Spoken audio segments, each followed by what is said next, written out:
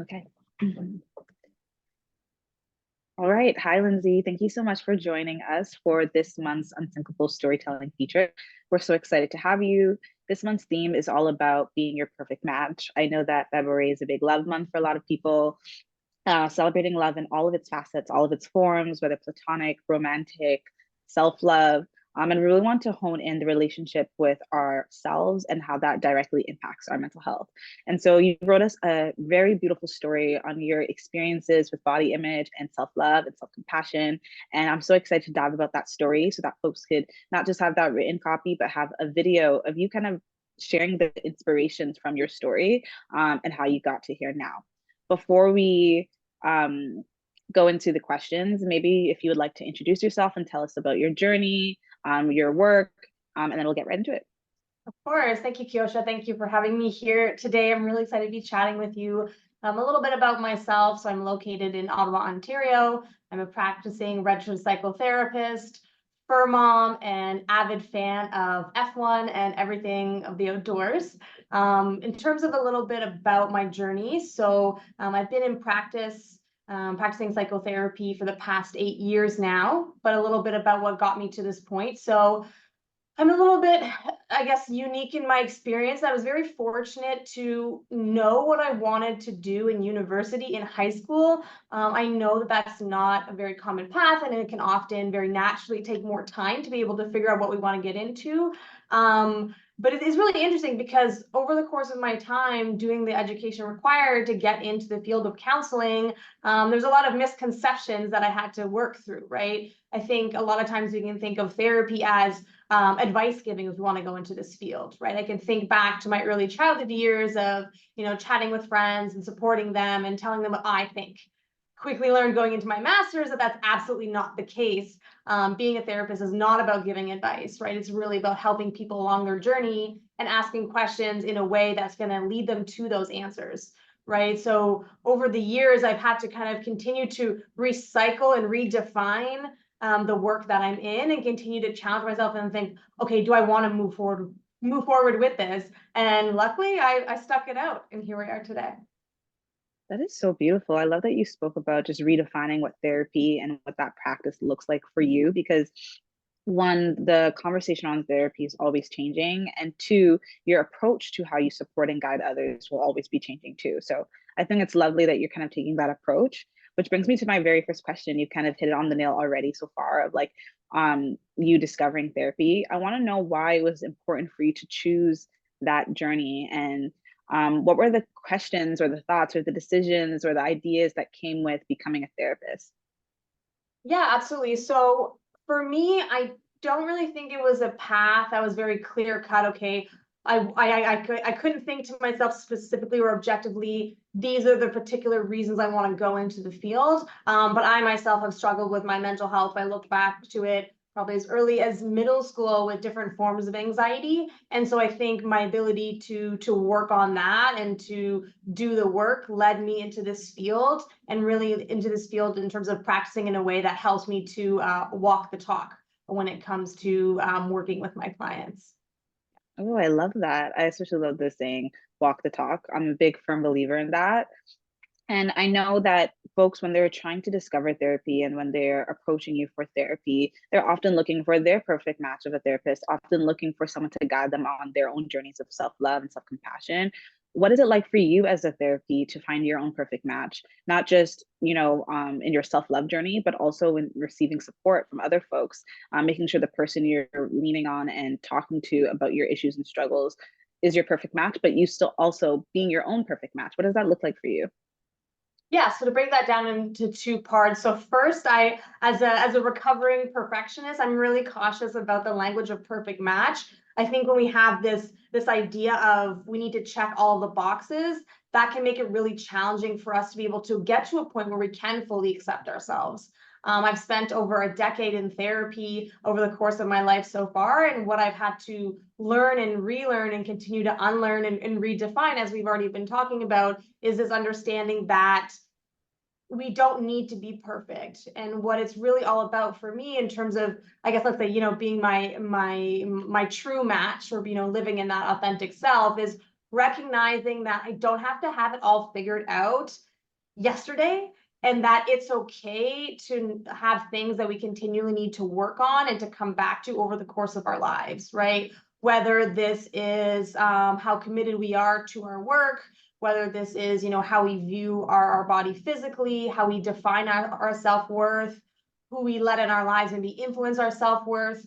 I know in our Western culture, there's a lot of focus for women of letting, in a heterosexual context, like letting men define our worth, right? If we're in a heteronormative relationship, or if we want to generalize that out, letting others define our worth. So I think it's really important to recognize that our journey takes time, and that we want to work in small chunks of, okay, what's one thing that's really holding me back right now in terms of getting to that place of self-love? Is it my thinking patterns? Is it the way that I seek excessive reassurance from others to prove that I am worthy? And taking small steps to work on one piece at a time and treating it as a lifestyle shift, more like a vitamin than like an antibiotic, right? Not looking for that quick fix, which is super common in our culture. I really love the quick fix analogy. I definitely agree. It has to be embedded in your lifestyle. Um, the way you view yourself, but also the way you receive support from people can't be something that's a quick fix or something you do once and then never do it again. It really is integrated into your practice, into your everyday life. So I thought that was such a really great response. And that goes to our story that you shared with us. You talked a lot about weight watching and body and dieting. And I want to know, when was that like light bulb moment where you realized this is getting out of hand? I don't want to do this anymore. Yeah, and so this is really interesting because when we were preparing for this and you first asked me this question, I knew exactly the moment. So it was a number of years ago, in a past relationship. I was in a long distance relationship at the time, and I would have, the phone check-ins on a daily basis, weekly basis, whatever it is, whenever we had time for each other. And the really aha moment, it wasn't internal reflection for me. It was actually hearing back from my partner that like, why are you telling me about every single thing that you ate during the day in our daily check-ins? I'm like talking about how your day went, right? Like, that's not normal that you're listing out every single thing that you've eaten over the course of the day. So to have someone reflect that back to me and kind of be like this mirror or this echo chamber where I could have that information presented to me more objectively helped me to realize, like, oh, you don't do that too? Like, that's not normal to be spending that much time thinking about what you're going to have for breakfast and lunch and then snacks and how many calories and does it balance out and have you had enough veggies, but did you have too many carbs, right? So for me, that was really a wake-up call, being like, okay, like there's something going on here. I knew that I had these unhealthy patterns, but I didn't realize how problematic it was until that point. Wow, that's I feel like that probably brought up so much like feelings of shame and feelings of embarrassment. How did you deal with that feeling of realizing, oh, I'm kind of doing this excessively and I might be the only person in my circle doing this? Of course, there's people in the world who do this, right? This is not a one-off phenomenon, right? This is happening globally, constantly for a plethora of reasons, right? When it comes to policing our bodies, right? How did that feel in that moment to realize that this was something you were doing that you didn't really realize how excessive it was getting? And how did you kind of come to a place of prioritizing your emotional and mental well-being in that moment? Yeah, thanks, Kyosha. So it definitely brought up a lot of uncomfortable feelings. I think shock was probably the biggest one of like, okay, this is a reality check for me and help me to step back. And then it's after that point where I started to be more intentional about that self-reflection, to look at, okay, what are these habits that I'm having, and being very proactive and solution oriented. It was around that time that I decided to focus more specifically on that in my work in therapy. I'd been in therapy previously for dealing with more generalized anxiety and perfectionism, but I didn't realize that the perfectionism was also taking over my relationship with food and my relationship with my body as well, which I considered more in that realm of disordered eating. So that was a big step for me to just really focus in and look at, okay, how can I unlearn and how can I get to a different place? At that time, I didn't know what that was going to look like, but how can I get to a place where this isn't the biggest part of my day and where I can focus on Mm. things that are aligned with my values? Yes, it's totally understandable. I'm a perfectionist as well. I'm also an Aries and I'm also the first child. And so that comes with its own different barriers of constantly trying to fix myself and nitpick myself. So I know what that's like. And there's a lot of unlearning that comes with that, right? Kind of telling ourselves that we can show up in any version we want to that day. And telling ourselves that the version we show up for is worthy of being loved and accepted by our peers and by, each other. And so I really love that you mentioned in your story that self love and self acceptance is very cyclical and requiring constant reminders and practice. And I want to know, what are those reminders you're using in your everyday life to kind of make you feel self affirmed and self loved and making you feel confident about your body and what you look like and who you are? Yeah, absolutely. So I've used many different types of reminders and action plans and practices over the years. Everything from what we see a lot of online already is, putting those positive affirmations with the lipstick on the mirror. I've done that. I find music is very important to me. So I'm really intentional and careful about the content that I'm listening to within music. So I've taken time to curate female confidence playlist, like sexual confidence playlist. And I have that.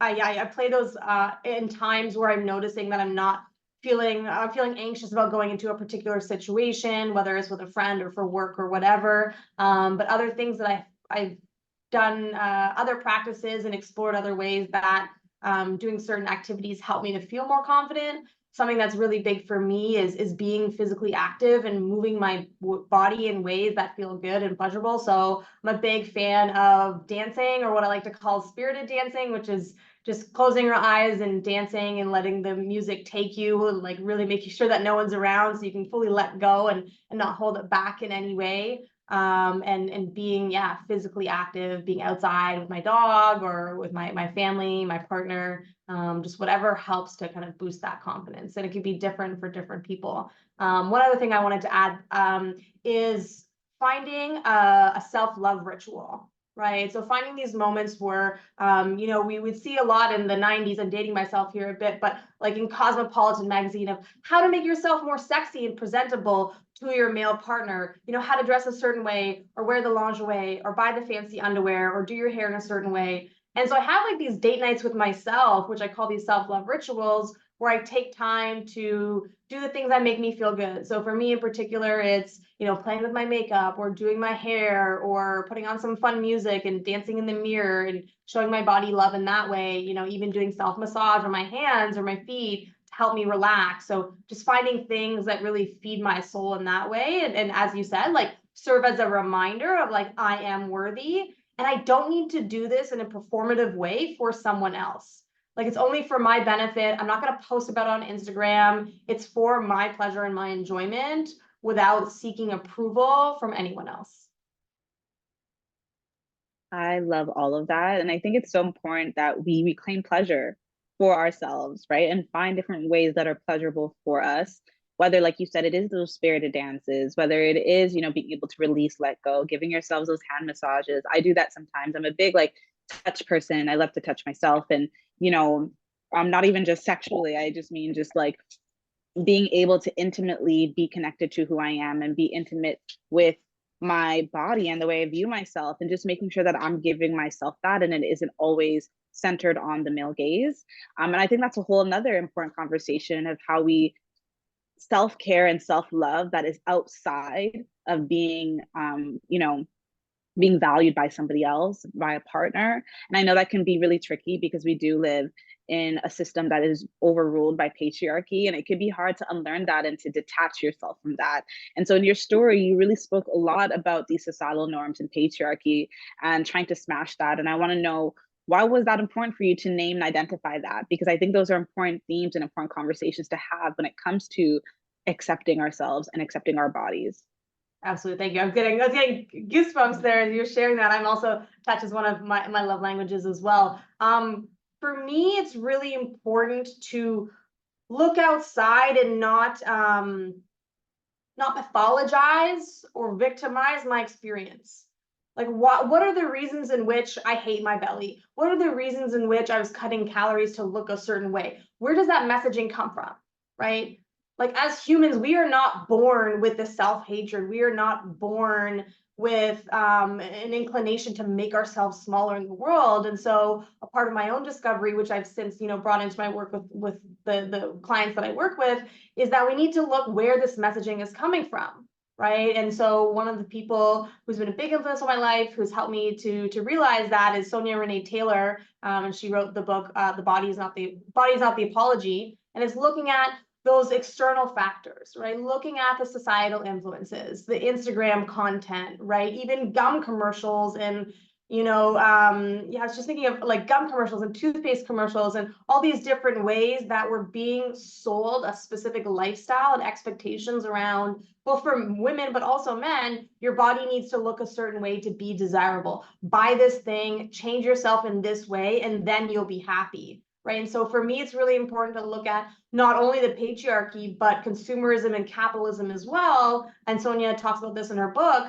of like all of the ways that we're being oppressed and taught that we need to be different to sell a product at the end of the day. Right. Like if we stop buying makeup, I'm always going to keep mascara, but we can get rid of the rest. But like if we stop collectively buying makeup and the teeth whitening and all the diet programs and stuff, that system would collapse. Right. And so it's really important to take a closer look at what is the difference between what I'm hearing externally and how I feel internally, right? So is that me talking when I say that I have a fat belly and therefore I'm not going to be desirable by my partner? Or have I received these very overt or kind of more secretive, like below the surface messages from as early as I can remember? So that's why to me, it's really important to help validate people's experience of realizing like, it's not our fault that we're experiencing this. Like this is coming from the societies that we live in. And so we need to acknowledge that. And I find that really helps us to be more accepting of where we're at and also to be less hard on ourselves, right? Coming back to that self-compassion piece that you mentioned, like when we can recognize that there's these external influences that we're constantly in this pressure cooker that are creating our internal reality that we have today, that can help to really feel validated in our experience and more easily let go of the shame and the high expectations and the self-resentment, right? I say more easily, it's still a ton of work, but it makes it a little bit easier on that journey. Yeah, I completely agree. And I love Sonia and I love the saying, the body is not the apology. I think it's so important. You touched on this so much that once you start to realize what voice is not even your own, it becomes easier to love and accept who you are, right? Because once you really deconstruct, you know, who do I want to look like? What do I want to look like? And is this coming from me or is this coming from somewhere else? Being able to name and identify that is such a healing journey. I know for myself, once I started to, really look at myself in the mirror and like stop thinking about, what people in media have said about dark skin and what people have said about, my type of hair and all these different things. And when I start to actually like put that away and actually look at myself, I'm like, I actually think it's beautiful. I actually think it's unique. I think it's versatile. Once you start to realize that the voice that you're hearing sometimes is not even your own, that can really help transform how you love yourself. And so you said that so perfectly. And I love that you read that book and that's a fave because that's a staple. And I think every young girl should start reading. Honestly, not just girls, but all genders. I think it's a space to kind of deconstruct, like you said, not just patriarchy, but capitalism and consumerism and the way we shape ourselves sometimes to look like what we're being sold. And that's why we then do these diets. That's why we then weight watch and do all those, what are they called? Classes. And I love a good workout and being active, and those are all things that are actually good for our bodies, but also being sure the things that we do for our bodies, again, is coming from a direct need and want for ourselves and not an expectation from some boy, some person, some society, some commercial. So beautiful. I'm so happy to hear that that book has been transformative for you. And something you said in your story that I want to get into because, as much as we've been told to watch our bodies and watch our weight and our eating, you spoke about intuitive eating, which I think is wonderful. Would you like to talk more about intuitive eating, what that looks like for you? And also, what's your guilty pleasure? What are your comfort foods? What are the things that you're currently eating that you feel absolutely no guilt for? Absolutely. So I'm a huge advocate for intuitive eating because it's the opposite of everything that we are sold as like healthy culture on Instagram specifically. It's one of the only platforms I use these days, so that's why I reference it so much. So intuitive eating is about learning to let go of the external messaging that like only eat after 10 a.m. Don't eat past 8. If you're going to eat past 8, it's only veggies, nothing with sugar, nothing with carbs, right? And it's learning to let go of all of the noise, turn inwards, and learn to increase self-awareness of when am I hungry? When am I full? What is my body craving, right? If I want to eat the whole bag, the whole box of gluten-free Oreos with a whole container of oat milk, like I'm going to go for it, right? And trust, like you mentioned, guilt, like without guilt, right? Trust that our body knows what it's doing and that it will balance itself out.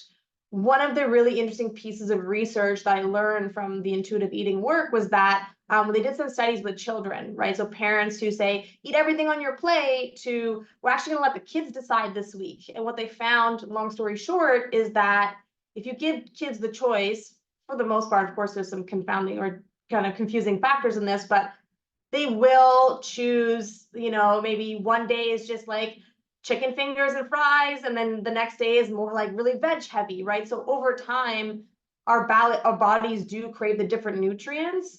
And the goal with intuitive eating is learn how to trust and really tune in and to listen more closely, right? And also to learn to let go of the emotion around food, which is extremely difficult, right? Something that's very common in our culture is food as reward, food as celebration, food as coping and avoidance, right? And so these are all things I've had to unlearn and that I focus on in my work as well. And so for me, I eat everything without guilt, right? I use all the sauces. I eat cheese every day. I eat hash browns most days of the week as a part of my breakfast, right? I used to be really strict about Parmesan cheese. I definitely have more of like a savory, salty palate. And so I used to restrict it, right? But then I'd only have it in the house for certain celebrations. But then I would binge and eat the entire block. It wasn't the Costco block, it was a regular size block. And I would binge the entire thing in maybe 1 or 2 evenings. And now I have it in the house all the time. And so that's something that you learn through intuitive eating. If you, put in the work, is that you can actually get to this point of moderation, right? I eat chocolate every single day, right? And it's not something I restrict. And same with chips. I can have 6 bags of chips in the house now and have a little bit every day. And that helps to sustain me. That actually helps me to eat more nutritiously and balanced over time. You won't hear me use the language eating more healthy because it's just such a loaded word these days and it's so misrepresented that I'm really careful with how I use that. And so for me, there's no guilty pleasures. I just lean into the pleasure whenever I want. That's lovely. Yes, continue to lean into the pleasure. And we talked about this. The pleasure is the most important piece to self-love and not policing what we can and can't have and what we can't tap into in our lives. And that includes food. And I think I agree with you around the heaviness that comes with food control and emotions and the misinformation. There's a lot of things going around with food that can be hard to navigate. There's food insecurity. It's just such a loaded conversation. And some people don't even have access to the quote unquote right and healthy foods that sometimes are preached. So I love that you're just redefining this way of listening and leaning into what your body is looking for and needing. And also this idea of trust, which is something I never even thought of before. It's not just listening to your body, but trusting. If you're going to have a quote unquote guilty pleasure 2 days in a row, trusting that eventually you will then eat the insert balanced meal in here at some point, right? There's ebbs and flows. Not every day is gonna look perfect. Not every meal is gonna be, right on the nutritional facts that is on the, food webpage of how much calories you should have in a day, right? And that's not always ideal either. And so I think you're so real and honest for just allowing yourself to feel it out, feeling it out and what you need, and also trusting the food and trusting yourself and when you can't eat certain items, or even just not restricting yourself to have the items that you love and know that you love in your house, because that's a whole other conversation as well, of like not even allowing yourself to have your favorite meal in your home because you're worried that it's gonna go against what we're seeing on TV and what we're seeing in media. So that's all so beautiful. And as we're talking about this conversation, it's clear that the way we see ourselves and the way that we see our bodies directly impacts our health. It directly impacts our mental health, our emotional health, um, and can make us feel like shit. It can make us feel like shit. Like, let's be blunt, right? How we view ourselves really does play a part in how we exercise throughout the day and how we interact with others. And so I want to know, what are the things, what are the tools or the resources you are doing to impact your well-being and stay okay? And it's okay if that is not all the time, right? Because not every day is going to look like that. Yeah, I like that last part you had there, Kiosha. The first thing I would say is it doesn't have to be something in terms of finding practices that work for you. I've had to, through my experience of perfectionism, learn to let go that I don't have to meditate 7 times a week for it to be effective. There is such thing as too much self-care and being too regimented or too militant, which can backfire, which I've learned the hard way more than once as we come back to the idea of going through cycles of things. So in terms of tools, of course, it's going to be completely different for everyone. The first thing I want to say before I share my specific things that have worked for me is it's about exploring and playing and trying on different things and experimenting. And like in the words of Miss Frizzle, like it's okay to make mistakes, have fun, and get messy, right? And try and figure out what works for you and your learning styles and your love languages and all of this. So for me, there's so many different things, right? It's a multitude of practicing self-compassion breaks by Kristen Neff, the pioneer of self-compassion work, which our listeners can look up. But for me, if I had to pick one thing to be concise across the board, is learning to practice mindfulness or a form of meditation. To me, this is so key because you learn so many key skills within mindfulness itself, right? We're learning how to be present in the moment and let go of past fixations or future worries. We're learning how to enjoy and tune in and amplify the pleasure of the moment, whatever we're experiencing in whatever form. It helps to teach us acceptance and learning to let go of things that are beyond our control. I know I tend to make things sound easy, as I've heard sometimes from friends and family when I explain these types of concepts, but really it's a matter of practicing a little bit multiple days a week, 10 minutes here and there, whether it's, sitting down, formally doing a mindful breathing activity or doing a mindful activity, like a mindful physical activity, whether it's washing the dishes and smelling the suds, right? And really noticing the texture of the soap on your hand with the caked on, cheese from the pizza that you made the night before on the pan, right? Or whether it's going for a walk and feeling your feet press into your shoes and your socks on the ground, right? So there's so many different types of mindfulness out there that are very accessible. So that's my one thing that I've come back to again and again over the years. That's been very helpful for me. I love that. And shout out to Miss Frizzle, OG teacher that we all know and love. And yeah, no, mindfulness is amazing. And I like that you said that it really depends on what works for you when it comes to mindfulness, because it looks like a variety of things. And that's why it's so great, it's just very, very expansive. And so I'm glad that that's working for you. And my final question is, what's one thing you want people watching to know about self-love?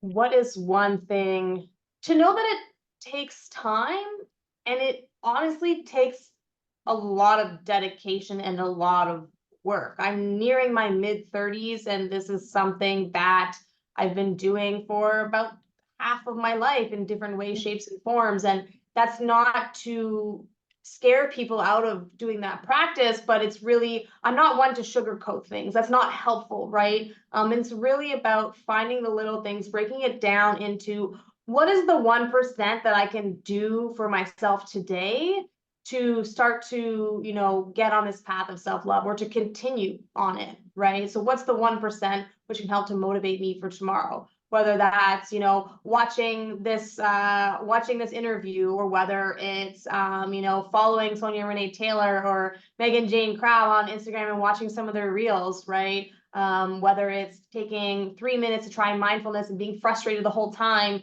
and you weren't able to have a clear mind, but you did it anyways, right? So it's really about what is my 1% for today?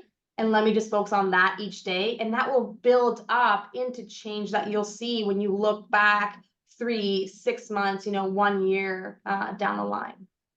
Oh, that's beautiful, brilliant. Thank you so much, Lindsay, for all these wonderful gems. You're such a pleasure to talk to. And I've learned a lot today just around letting go. Like that was the overarching theme when it comes to loving yourself and having compassion. It really is the ultimate surrender, right?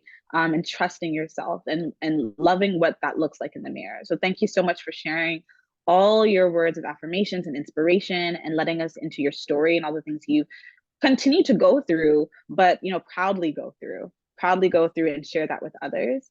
It's been such a pleasure. I'm so excited for us to release your story, and thank you so much for coming. Thanks so much, Kiosha.